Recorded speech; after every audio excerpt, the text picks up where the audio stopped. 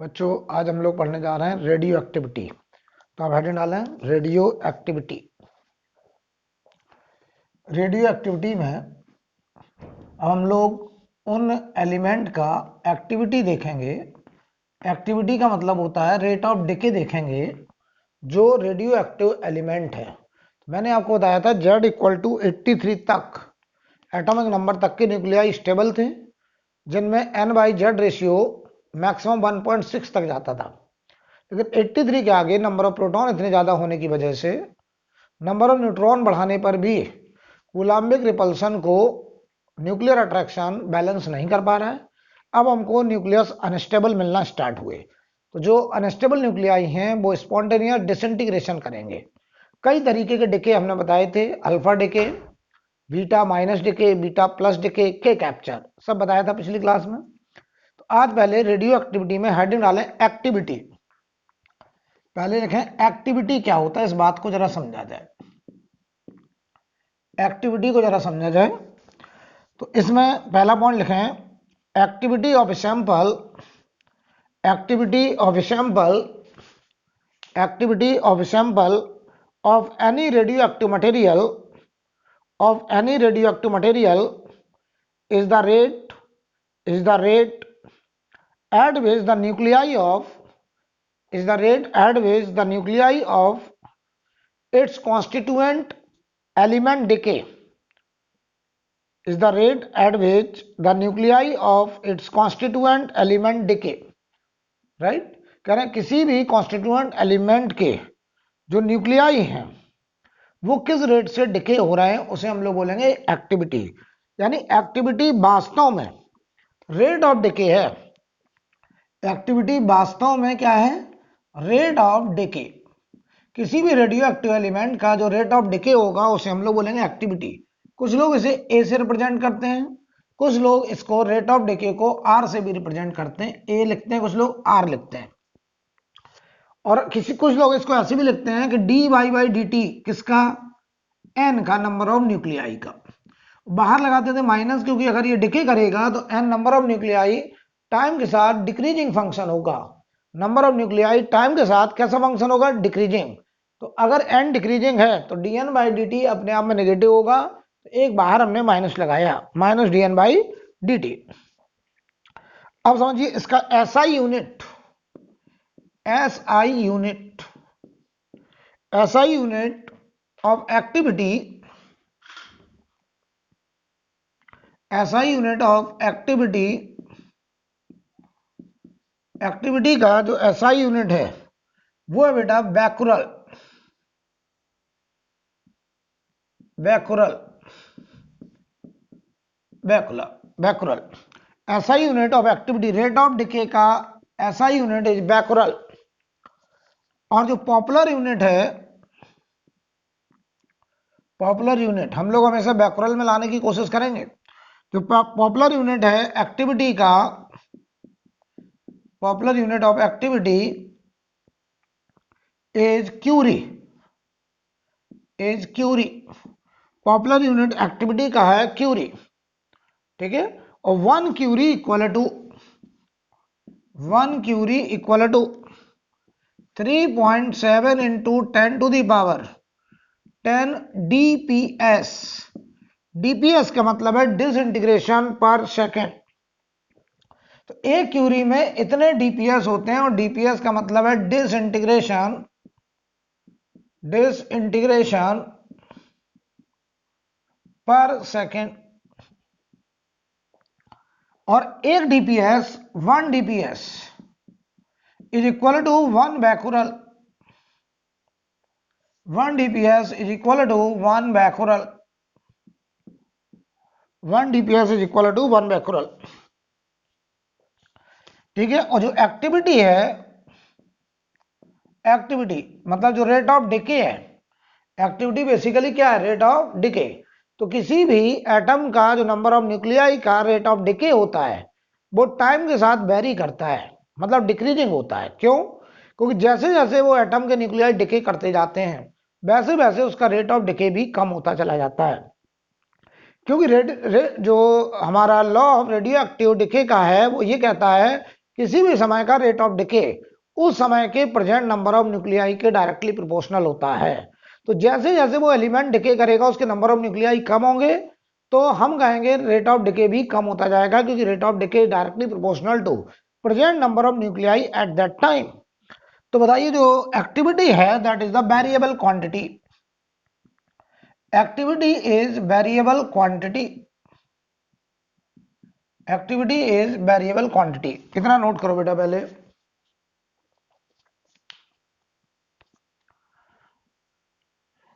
इतना पहले नोट करिए, हटा दें इसको। अब देखिए आगे,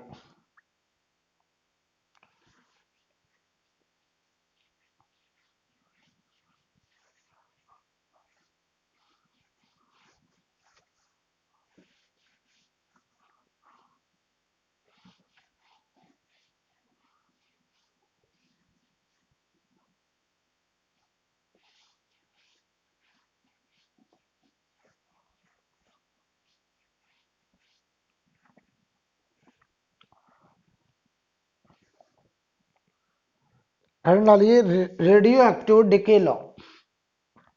radio active decay law. Radio active decay law. तो क्या है रेडियो एक्टिव डिके लॉ, जरा इस बात को समझा जाए। ठीक है, तो इसमें लिखिए एक line, rate of decay, rate of decay eight any time, rate of decay eight any time is directly proportional to, is directly proportional to present number of nuclei, present number of nuclei at that time, present number of nuclei at that time। ठीक है, तो कह रहा है rate of decay किसी भी समय उस समय के प्रेजेंट नंबर ऑफ न्यूक्लियाई के डायरेक्टली प्रोपोर्शनल होगा। मतलब समझो मैं तुमसे कहूं ये एक्स एक पेरेंट न्यूक्लियाई है, मान लो ये वाई डॉटर न्यूक्लियाई में कन्वर्ट हो रहा है। ये हमारा पेरेंट न्यूक्लियाई, ये हमारा पेरेंट न्यूक्लियाई और ये हमारा डॉटर न्यूक्लियाई। ठीक, पेरेंट न्यूक्लियाई डॉटर न्यूक्लियाई में कन्वर्ट हो रहा है। शुरुआत में t बराबर 0 पर इसके नंबर ऑफ न्यूक्लियाई n0 थे, इसके 0 थे। t बराबर t पर हमने देखा इसके नंबर ऑफ न्यूक्लियाई n बचे, तो बताओ इसके कितने बन गए होंगे, n0 माइनस n। n0 थे, इसके n बचे, तो उधर बन गया होगा n0 माइनस n। तो मैं कह रहा हूं rate of decay, rate of decay, इसी को हम लोग एक्टिविटी भी कहते थे और इसे लिखते थे minus D N by D t, that is proportional to, अगर हम कहें टी बराबर टी पर जो रेट ऑफ डिके होगा minus D N by D t होगा, वो प्रोपोर्शनल होगा present number of nuclei n at that time. तो बताओ यहां से प्रोपोर्शनलिटी अगर हटाए तो एक कांस्टेंट आता है लैम्डा, तो d N by D t minus का और ये लैम्डा इंटू एन, और लैम्डा को हम लोग बोलते हैं डिके कांस्टेंट, लैम्डा को हम लोग बोलते हैं डिके कांस्टेंट। ठीक है, तो बताइए यहां से हमारा जो रिजल्ट आएगा minus D n upon n बराबर ये आएगा लैम्डा डी टी। इसे कर लीजिए आप इंटीग्रेट, टी बराबर 0 पर number of nuclei n nought थे, टी बराबर टी पर नंबर ऑफ न्यूक्लियाई एन होंगे। ठीक है बेटा, तो आप चाहें तो इसको माइनस को इधर भेज दें, तो इधर बचा देखो एन नॉट से एन, और ये हो गया डी एन अपॉन एन, और ये माइनस लैम्डा बाहर 0 से टी और ये डी टी। तो बताओ बेटा ये हुआ लॉग यानी बेस ई, तो आप चाहो तो एल एन बोल दो, एल एन एन, और लिमिट लगेगा एन नॉट से एन, और ये हुआ माइनस लैम्डा और इधर टी, और लिमिट पड़ेगा 0 से टी। ये देखो l n upper limit n minus l n n nought log a minus log b, ये माइनस लैम्डा टी, तो ये बताओ हो जाएगा l n n by n nought, log a minus log b का फॉर्मूला होता है लॉग ए बाई बी। तो यहां से हम एल एन हटाएंगे तो ये बताओ बन के आएगा एन बाई एन नॉट बराबर e power minus lambda t, तो एन की वैल्यू आ जाएगी n not E power minus lambda T, ये आ गया n equal to n nought E power minus lambda t. ध्यान देना, ये n nought number of nuclei हैं एट t बराबर t, जो कि अनडिकेड है, जो अभी डिके होना बाकी है, अभी डिके नहीं हुआ है। एन नॉट जो था वो नंबर ऑफ न्यूक्लियाई था at T equal to 0। Lambda हमारा डिके कांस्टेंट है, लैम्डा हमारा डिके कांस्टेंट है। अच्छा एक बात और बताइए, अगर हम यहां पर एन का ग्राफ टाइम के साथ दिखाएं, इस रेडियो एक्टिव एलिमेंट का नंबर ऑफ न्यूक्लियाई टाइम के साथ दिखाएं, तो t बराबर 0 पर ये एन नॉट हुआ करता था, तो ग्राफ एन नॉट से शुरू, जैसे जैसे टाइम बढ़ रहा है नंबर ऑफ न्यूक्लियाई कम होते जा रहे हैं और ये एक्सपोनेंशियली डिके करेगा, और इसका फंक्शन है n बराबर N not E power minus lambda t. Note करिए, n equal to n not E power minus lambda T.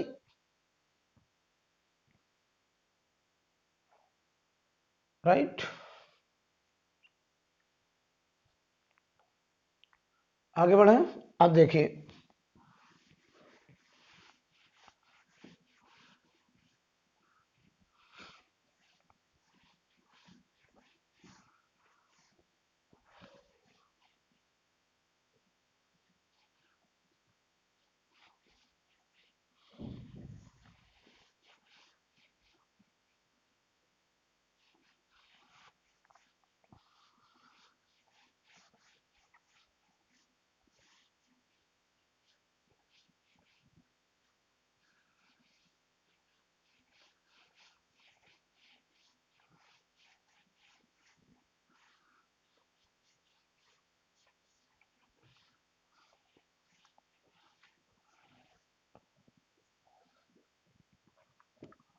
देखिए जरा, अब अगर हम आपसे बात करें, अभी तक हमने जो सीखा है वो n बराबर N not E power minus lambda T. ठीक, अगर हम इसमें लेमडा से मल्टीप्लाई कर दें, lambda into N not E power minus lambda T, ये देखो प्रेजेंट एक्टिविटी, इसे A activity at any time T, lambda into N naught is the initial activity, और E power minus lambda T भी होगा। देख लीजिए अच्छे से, याद करो एक्टिविटी क्या होता था, रेट ऑफ डिके, ए बराबर minus D N by D t, और ये होता था lambda into n. Lambda into n is the activity at time t equal to t, तो एन की जगह एन नॉट रख दें, तो बताओ ये एक्टिविटी बन जाएगा एट टी इक्वल टू 0। तो बताओ ये हमारा activity at T equal to 0, activity का मतलब है rate of decay, activity at T equal to 0, और ये एक्टिविटी है at T equal to T, ये activity at T equal to T, और लेमडा है हमारा डिके कांस्टेंट।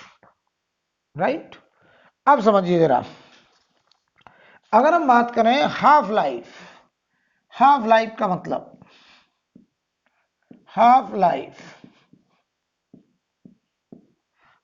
का मतलब होता है टी हाफ। जो सफिक्स में हम हाफ लिख रहे हैं, इसका मतलब यह है कि वो टाइम इंटरवल जितने टाइम में कोई भी रेडियो एक्टिव एलिमेंट अपने इनिशियल नंबर ऑफ न्यूक्लियाई का 50% डिके कर चुका है।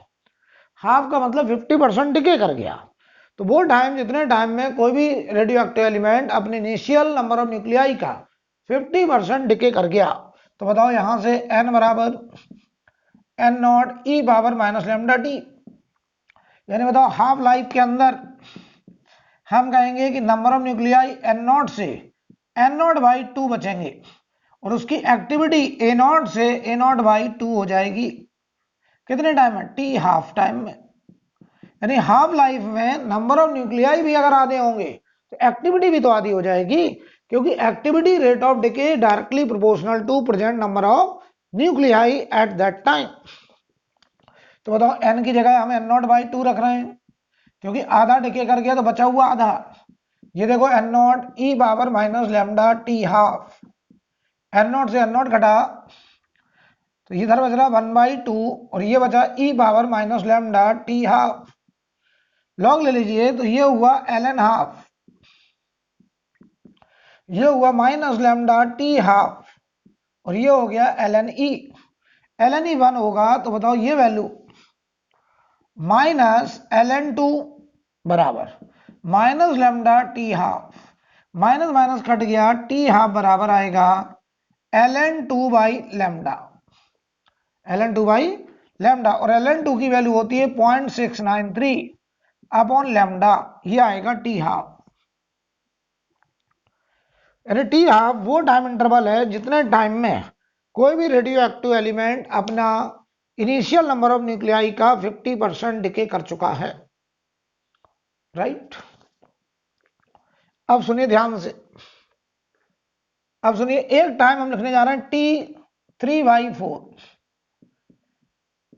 T3/4 का क्या मतलब है? वो टाइम जिसमें 3/4 डिके कर गया, जिसमें 3/4 डिके कर गया।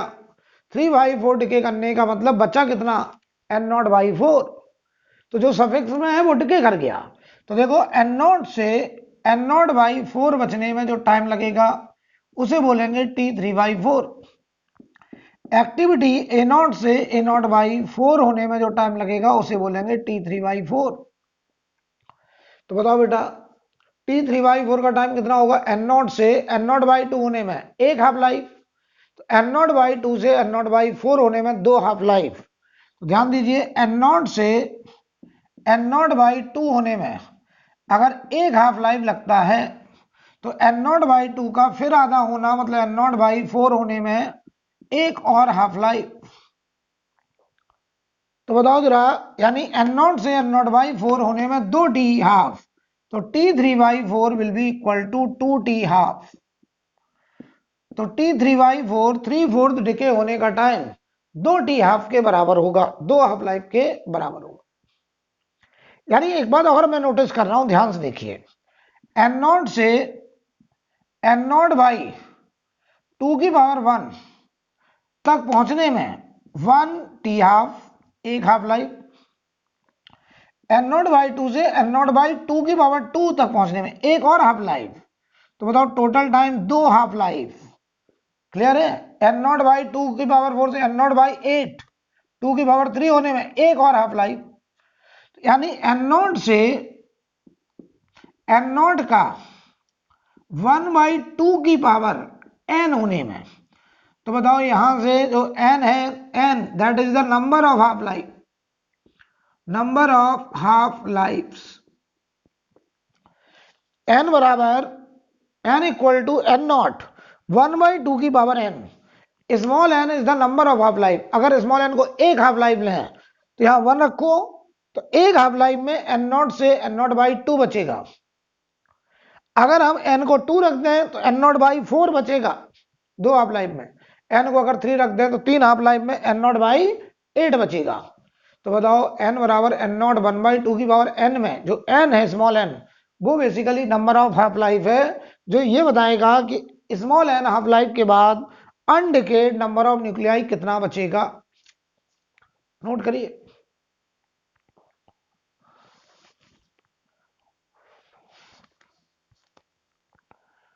कोई डाउट किसी को? आगे बढ़ा जाए बेटा। अब देखिए एक बात मैं और नोटिस कर रहा हूं,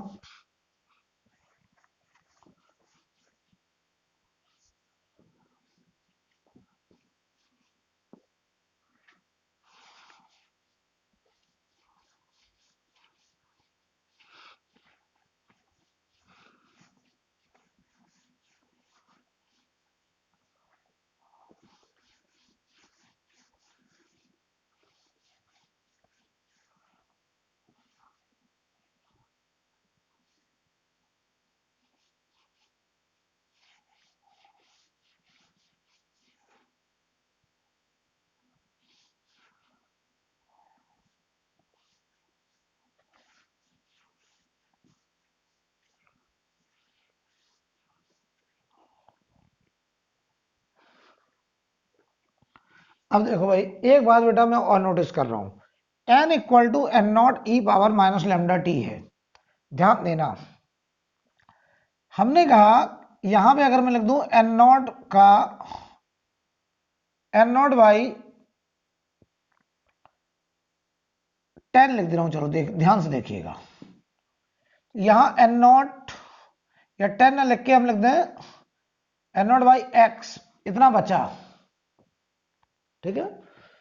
तो n not E power minus lambda t, ठीक, ध्यान से देखना। अब बचा एन नॉट बाई एक्स, तो एन नॉट बाई एक्स का अब जो बचा, या मैं थोड़ा तुमको ऐसे समझाऊं कि जो n है वो प्रेजेंट नंबर ऑफ न्यूक्लियाई है, n nought initial number of nuclei है। मैं तुमको ये बताना चाह रहा हूं कि बताओ 100 से, मान लो 100 नंबर ऑफ न्यूक्लियाई है, 100 से 90 होने में ये हमारा टाइम मान लो टी नॉट लग रहा है, तो बताओ कितना परसेंट डिके हुआ? 10%। तो 90 का 10%, ये देखो 10% डिके, ध्यान से देखिए, तो 90 का 10% 9 डिके, 81 बचा। फिर बताओ टाइम मुझे पता करना है कितना लगेगा, और ये फिर से बताओ 10% डिके हुआ, तो जो बचा 90 उसका 10% डिके 9 हुआ, तो 81 बचा, टाइम निकालना है। तो ध्यान दीजिए, एन नॉट अगर 100 है और ये बचा हुआ है 90, तो ये 100 E power minus lambda T naught. यहां से देखो ये 9/10 E power minus lambda T naught, equation number 1। हम आपको कुछ बताना चाह रहे हैं, ध्यान दीजिए जरा। अगर n की जगह पे यहां देखो जरा, इनिशियल अगर 90 है, बचा कितना? 81, तो 10% ही तो डिके हुआ। तो मैंने फिर से अगर n बराबर N not E power minus lambda t लगाया, तो बचा 81 था 90 e power minus lambda t. तो बताओ यहां से डिवाइड करो तो ये 9/10 फिर से आ गया, और E power minus lambda T second equation. तो इक्वेशन 1 और 2 को देखो बेटा, क्या ये नंबर बराबर है? तो यहां से देखो e power minus lambda T naught is equal to e power minus lambda t, तो यहां से आ गया टी बराबर टी नॉट। तो हमने क्या रीड कर लिया कि 100 से 90 होना, 10% डिके होने में अगर टी नॉट टाइम, तो 90 का अगला 10% डिके होने में फिर टाइम टी नॉट ही लगेगा। यानी एक नियम समझ लो रेडियो एक्टिव डिके का, कि हर इक्वल टाइम में इक्वल परसेंटेज डिके होता है, हर इक्वल टाइम में इक्वल परसेंटेज डिके होता है। मतलब समझो अच्छे से बेटा, जैसे याद करो 100 नंबर ऑफ न्यूक्लियाई हैं, तो 100 से 50 होना, 50% डिके होने में एक हाफ लाइफ, तो 50 का 50% यानी 25 नंबर ऑफ न्यूक्लियाई बचने में फिर से एक हाफ लाइफ। तो जो बचा यानी 25 का अगला 50%, 12.5 डिके होने में फिर हाफ लाइफ, यानी जो बचा उसका 50%, जो बचा उसका 50%, हर 50% के डिके होने का टाइम बराबर बराबर होगा। और ये नियम केवल 50% के लिए नहीं है, ये सारे परसेंट के लिए है। चाहे 10% की बात करें, यानी इनिशियल का 10% डिके होने का टाइम अगर टी नॉट है, तो जो बचा उसका 10% डिके होने का टाइम भी टी नॉट होगा, फिर जो बचा उसका 10% डिके होने का टाइम भी टी नॉट होगा। जैसे मैं तुमसे कहूं, कोई आपसे ऐसे ऑब्जेक्टिव में सवाल कर ले, किसी के number of nuclei n nought मान लो 100 है, इसका 20% डिके, 20%, बताओ 20% डिके कितना होता है? 100 का 20 आया, तो बचा कितना? 80। ऐसा होने में अगर 1 घंटा लग रहा है, तो अगले 1 घंटे के बाद 80 का 20% फिर डिके करेगा, और 80 का 20% होता है बेटे 16, और 80 में से 16 गया तो 64 नंबर ऑफ न्यूक्लियाई बचेंगे। तो बताओ हर 1 घंटे में बताओ 20% ही डिके करेगा, इसके अगले घंटे के बाद 64 का 20% डिके करेगा। यानी रेडियो एक्टिव डिके कहता है हर इक्वल टाइम में इक्वल परसेंटेज, और इक्वल परसेंट शुरू का नहीं, जो बचा उसका इक्वल परसेंटेज डिके होता चला जाता है। यानी जैसे हाफ लाइफ क्या डिफाइन करते हैं कि जो बचा उसका 50% डिके होने का टाइम, फिर जो बचा उसका 50% डिके होने का टाइम बराबर होगा, दैट इज हाफ लाइफ। मैं तो कहूंगा कि जो है इनिशियल है उसका 20% डिके होने का टाइम, और फिर जो बचा उसका 20% डिके होने का टाइम बराबर ही होगा। तो इस बात का हम लोग न्यूमेरिकल में बड़ा फायदा उठाएंगे, आगे ध्यान रखिएगा, नोट कर लीजिए इसको। हटा दें बेटा। अब देखिए,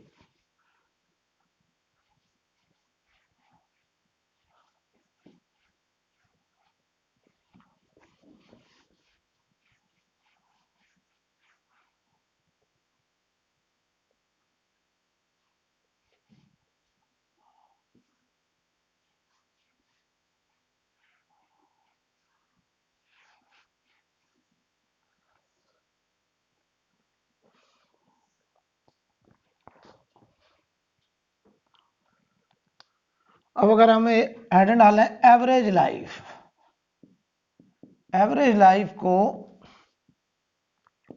मीन लाइफ भी कहते हैं, एवरेज लाइफ को मीन लाइफ भी कहते हैं।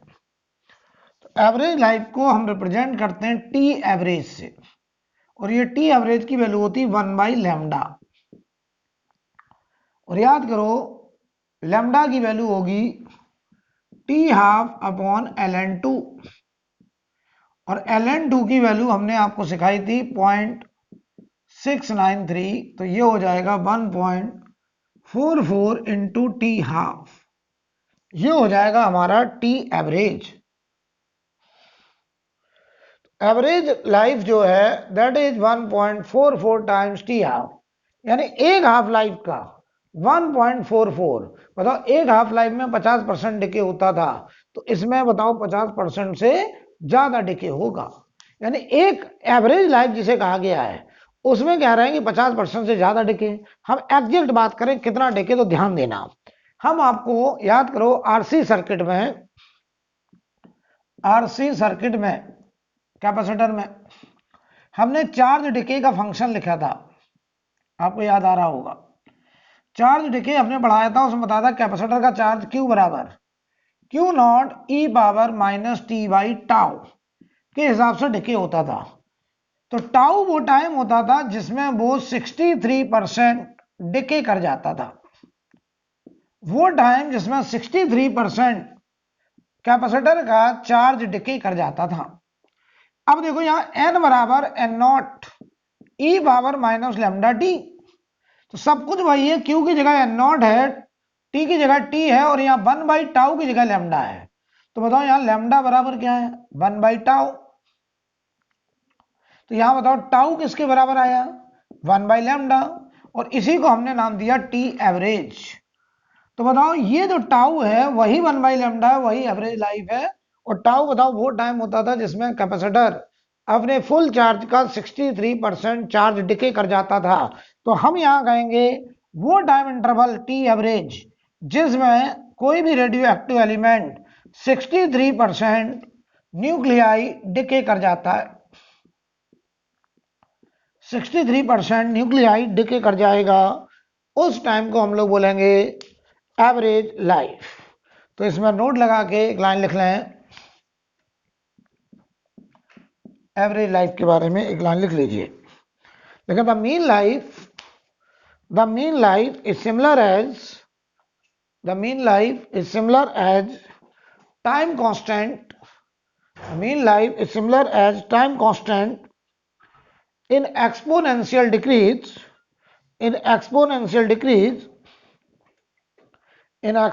decrease in charge of capacitor in charge of capacitor in RC circuit, in charge of capacitor in RC circuit, full stop लिखें। after a time equal to mean life, after a time equal to mean life, the number of radioactive nuclei and decay rate each decreased to 37%, each decreased to 37% of their initial value, of their initial value. कह रहे number of nuclei 37% तक बचता है, decrease करके, decrease 2 लिखा है, यानी 37% तक आता है, यानी डिके कितना करता है, 63% नंबर ऑफ न्यूक्लियाई डिके कर जाए, उस टाइम इंटरवल को हम लोग बोल रहे हैं mean life. I think clear. एक टर्म होता है probability of survival. Probability of survival,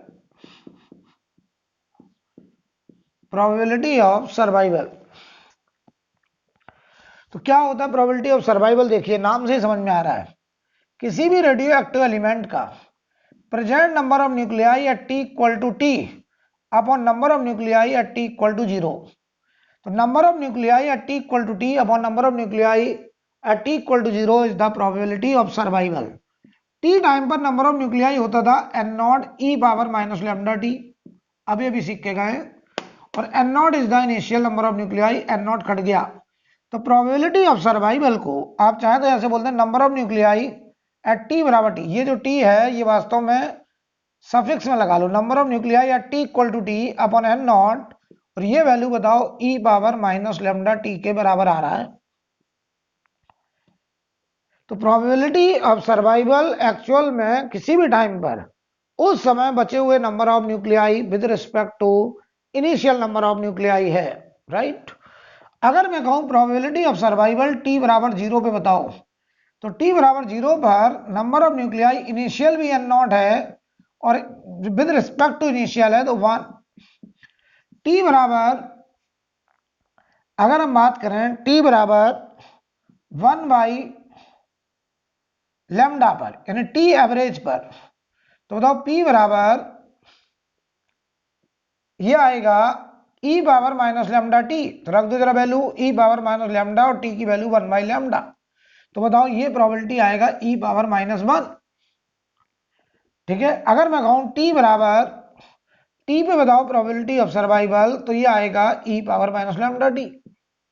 और टी टेंडिंग टू इनफाइनाइट में बताइए लॉन्ग टाइम के बाद, तो present probability of survival T को जरा इनफाइनाइट डालो तो ई पावर माइनस इनफाइनाइट यानी 0 को टेंड करेगा। यानी जो प्रोबेबिलिटी ऑफ सर्वाइवल है वो हमेशा 0 से 1 के बीच का नंबर होगा, और ये 0 टेंडिंग टू होगा किस टाइम पर, इनफाइनाइट पर, राइट। तो प्रोबेबिलिटी ऑफ सर्वाइवल 0 से 1 के बीच का नंबर, नोट करें बेटा।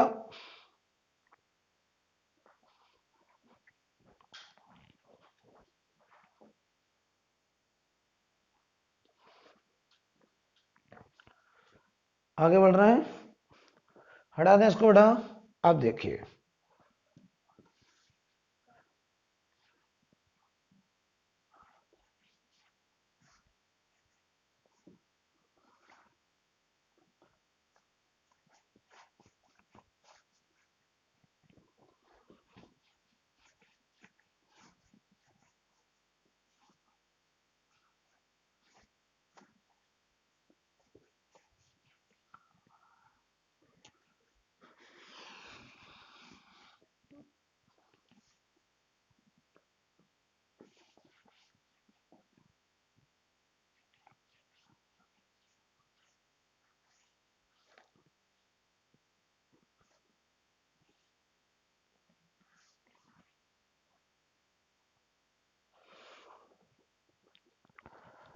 हेडिंग डालिए साइमल्टेनियस डिके, हेडिंग डालिए साइमल्टेनियस डिके, साइमल्टेनियस डिके।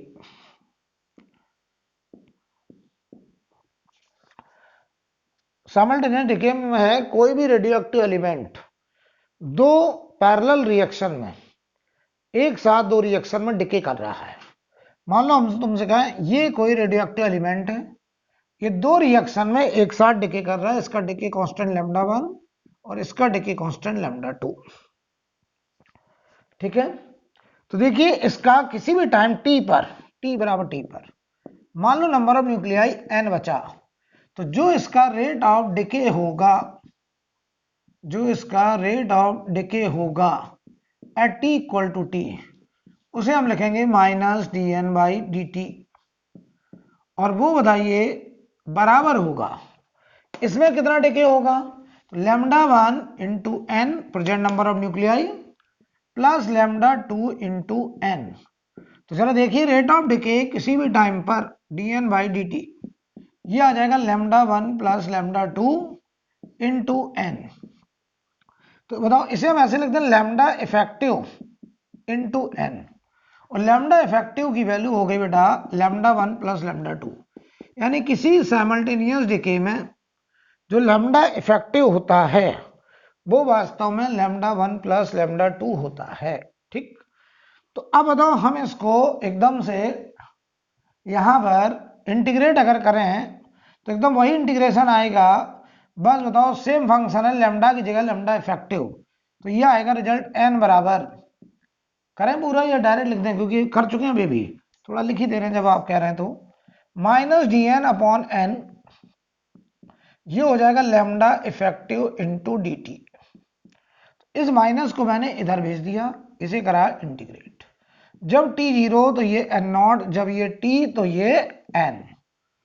तो यहां से बताओ अब मुझे लगता है डायरेक्ट लिख देना चाहिए एन बराबर N not E power minus lambda effective into t, ये आ जाएगा हमारा number of nuclei at T equal to t, जहां पर एन बराबर N not E power minus lambda effective into t. तो बताओ जो एन है यहां पे बताओ लैम्डा इफेक्टिव की वैल्यू ये है, तो बताओ यहां से लैम्डा इफेक्टिव अगर लैम्डा 1 प्लस लैम्डा 2 है, अच्छा देखो ये जो एन है ये नंबर ऑफ न्यूक्लियाई निकल के आया है एट टी बराबर टी पर, लैम्डा इफेक्टिव आ गया दिस वन, तो बताओ इसमें ये लिखा जाएगा ln 2 upon T half effective, इसे लिखोगे ln 2 अपॉन लैम्डा, इसे लिखेंगे T1 हाफ लाइफ, पहले वाले का इसको हमने T1 बोल दिया हाफ लाइफ, प्लस इसे लिखेंगे ln 2 अपॉन T2। तो जरा देखिए यहां से 1 अपॉन टी हाफ इफेक्टिव, ये 1 अपॉन टी हाफ 1 का, 1 अपॉन टी हाफ 2 का, बहुत अच्छे से देख लीजिए इस रिएक्शन में ये जो लैम्डा 1 है इसका टी हाफ T1 है, ये हाफ लाइफ है T1 हाफ लाइफ, और इसका हाफ लाइफ है T2, ये हाफ लाइफ, इसका हाफ लाइफ है T2 और इसमें हाफ लाइफ है T1। तो यहां से आएगा 1 upon T half 1 by T1 plus 1 by T2, note करिए।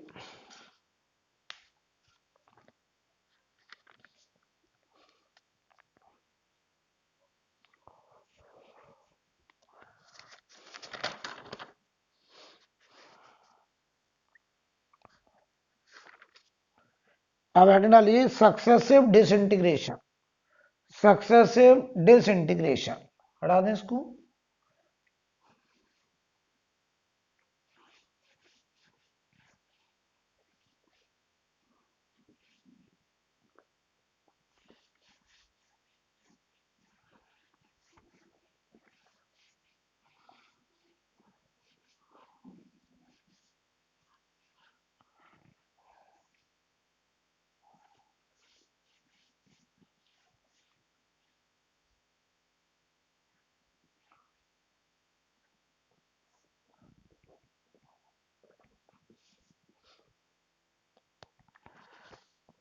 सक्सेसिव डिसइंटीग्रेशन,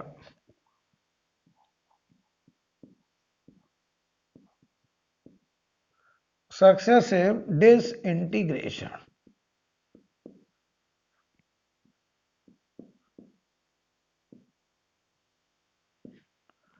सक्सेसिव डिसइंटीग्रेशन समझिए, एक्स से वाई बना, ये पेरेंट न्यूक्लियाई,